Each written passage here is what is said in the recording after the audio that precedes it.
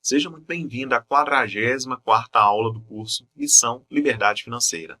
Eu sou o professor Thiago Campos e hoje vamos falar sobre análise fundamentalista. Você vai descobrir como que esse tipo de análise apresenta ao investidor, você, informações de grande valia para a tomada de decisão no sentido de compra ou não de determinados ativos. Vamos à aula. Temos para hoje, então, vamos ver o que é a análise fundamentalista, como que ela funciona, quais são os fundamentos principais, indicadores principais da análise fundamentalista e como que ela se comporta em relação à análise técnica. Vamos lá.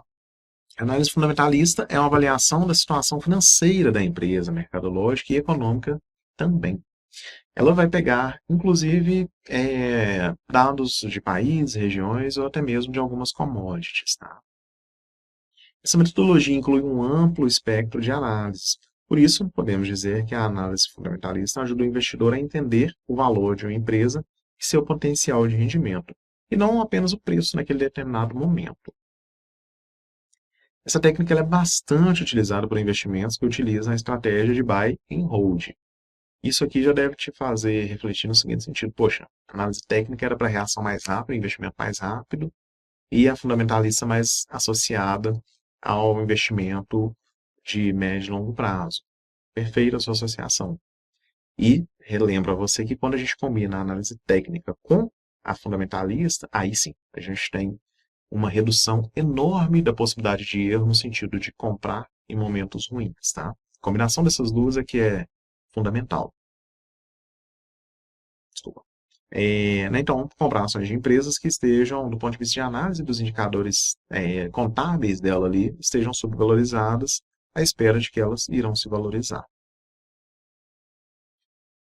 O objetivo da análise fundamentalista é entender melhor o desempenho e o comportamento das ações da empresa no mercado. Assim, é possível que o investidor tome a decisão embasada em dados na hora da compra destes papéis.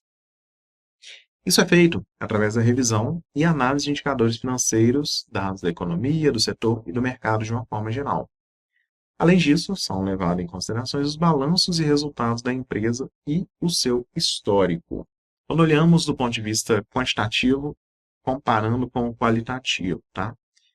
A análise fundamentalista se trata da busca por fundamentos que ajudarão o investidor a tomar decisões.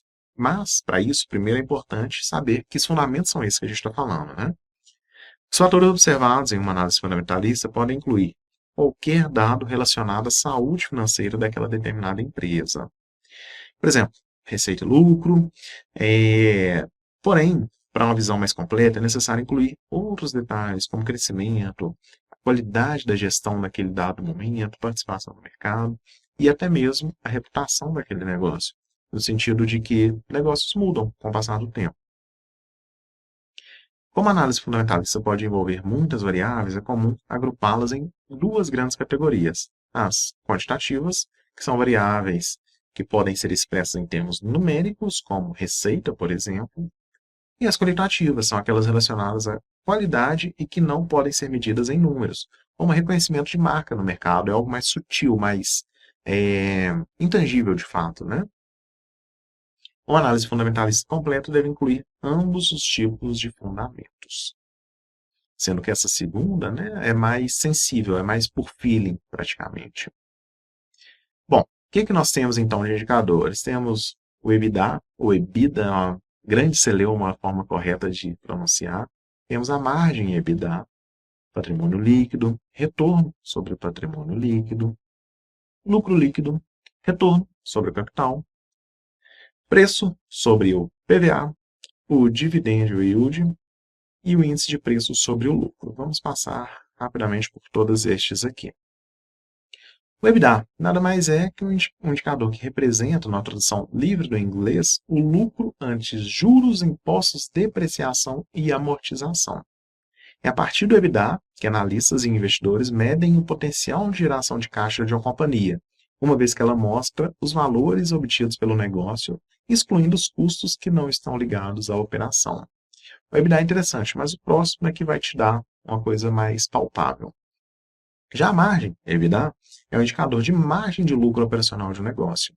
Se obtém esse indicador pela divisão entre o EBITDA, que foi registrado pela companhia em determinado período, e as receitas.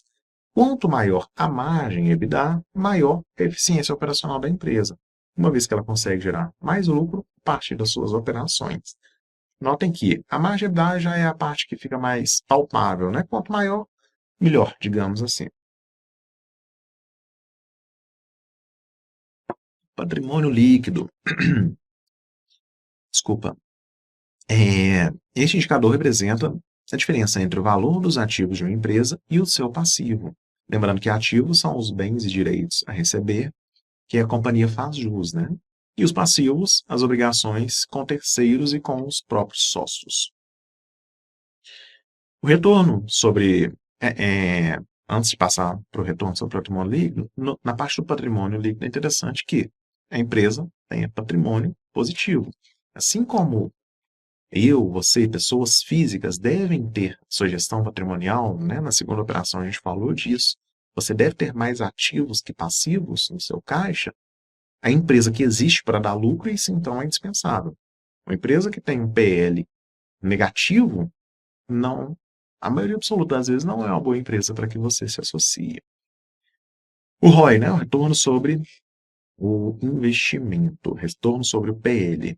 Ele é calculado dividindo o lucro líquido da empresa pelo patrimônio líquido. O valor resultante mostra quão eficiente é a empresa ao usar seus ativos para obter o lucro. O retorno sobre o patrimônio líquido também é obtido com a multiplicação das variáveis margem financeira, giro sobre os ativos e a alavancagem financeira.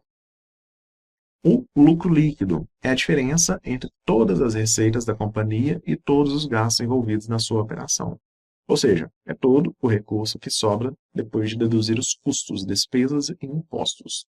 É a partir do lucro líquido que a empresa consegue remunerar seus sócios, funcionários e a realizar novos investimentos. Qual que é o ponto aqui não do lucro líquido? Quando a gente faz associação a alguma empresa, quando a gente mesmo, eu aqui, pessoa física, Thiago, vou investir em uma empresa me tornando sócio, uma das coisas que eu espero é que eu receba dividendos. Se a empresa está com indicadores de lucro negativo, eu não vou receber dividendo. Não vou comprar ações de uma empresa que tenha lucro líquido recorrentemente negativo, não faz sentido, né? Retorno sobre o capital. Esse indicador avalia a rentabilidade do investimento aplicado pelos acionistas e credores da empresa. Essa métrica considera tanto o capital próprio da empresa quanto os empréstimos realizados. Quanto maior for o índice, mais rentável e eficiente é a companhia. É o que a gente busca. O preço de uma ação dividido pelo valor patrimonial dela.